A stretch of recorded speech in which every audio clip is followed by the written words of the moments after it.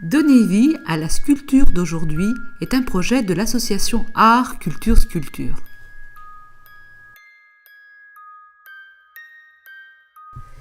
Il s'agit de faire vivre et de valoriser le patrimoine commun à la région Île-de-France. Grâce à l'expansion urbaine, démographique et surtout à la politique culturelle décentralisée, la région a pu accueillir plus de 600 œuvres d'art public sur son territoire.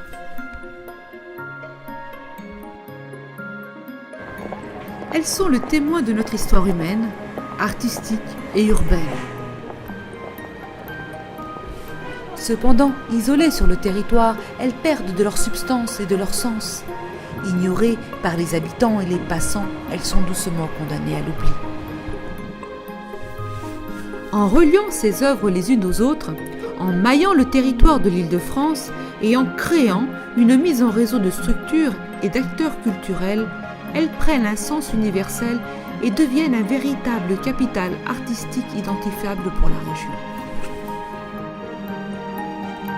Prenons par exemple l'œuvre Liberté de Francesco Marino di Teana. Situé à Fontenay-sous-Bois, cet artiste majeur de la seconde école de Paris a réalisé une œuvre mesurant 21 mètres de hauteur. Elle est la sculpture en acier corten la plus haute d'Europe. Reliée à d'autres de ses œuvres, à Paris, dans les Yvelines et partout en Île-de-France, permettrait de mieux faire comprendre la démarche de l'artiste. Puis relié à des œuvres européennes et mondiales, lui rendrait un statut international aux yeux de tous. En un seul clic, les œuvres monumentales franciliennes de Marino di Teana sur le thème de la ville apparaissent. Géolocalisables et commentées, elles deviennent accessibles.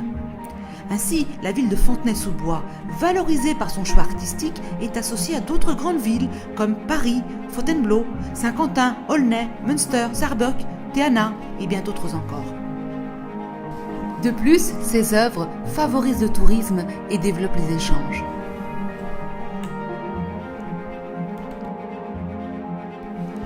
Le projet Donner vie à la sculpture d'aujourd'hui se structure en deux parties. Il débutera par la création d'un support multimédia online qui permettra d'accueillir des œuvres par thème, de numériser les documents inédits et de générer de nouveaux événements culturels. Il sera accompagné par la création d'un jeu de société, Invente ton expo, par des itinéraires artistiques et des livrets thématiques. Ils permettront de faire connaître le projet et d'intervenir en milieu scolaire. Le jeu de société éducatif et interactif Invente ton expo est une introduction à ce projet culturel. Il sensibilise les jeunes et les moins jeunes au patrimoine qui les entoure présent en Île-de-France. Le but du jeu est d'organiser une exposition dans une ville imaginaire. Le long d'un chemin numérique, les joueurs pourront charger des œuvres. En fonction d'un budget, des cartes bonus et des cartes malus, ils vont découvrir comment s'organise une exposition dans un lieu public.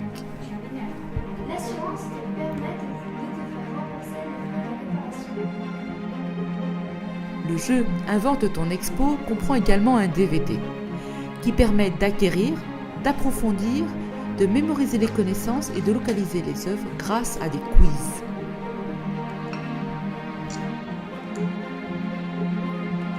Le jeu Invente ton expo servira de support aux itinéraires franciliens intercités.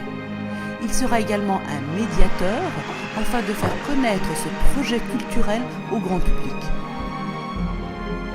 Le jeu Invente ton expo est soutenu par une base de données multimédia online partagée et collaborative. Il sera plus facile de stocker et de diffuser l'information par les réseaux sociaux. Elle sera plus accessible par le web et visible sur des smartphones et tablettes. Il sera possible de situer les œuvres d'art et les artistes dans un espace européen intercité et de les regrouper selon des thèmes et les mouvements artistiques. On pourra accueillir et fédérer les ayants droit, soutenir des événements culturels et générer de nouveaux projets. Dans un deuxième temps, il va héberger des itinéraires artistiques franciliens intercités illustrés par des livrets thématiques et servira de support aux interventions en milieu scolaire. Les enfants pourront découvrir en groupe leur ville et les œuvres d'art qui la composent, favorisant ainsi la cohésion sociale. Des fiches pédagogiques, des livrets thématiques permettront de les sensibiliser à l'art contemporain d'Île-de-France.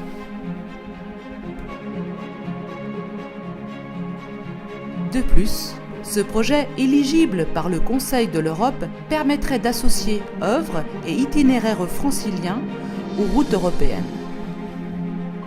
Ainsi, répertorier les sculptures publiques d'Île-de-France selon des thèmes dans une base de données intercitée permettrait de faire reconnaître la région Île-de-France comme la première région d'art contemporain public au niveau européen.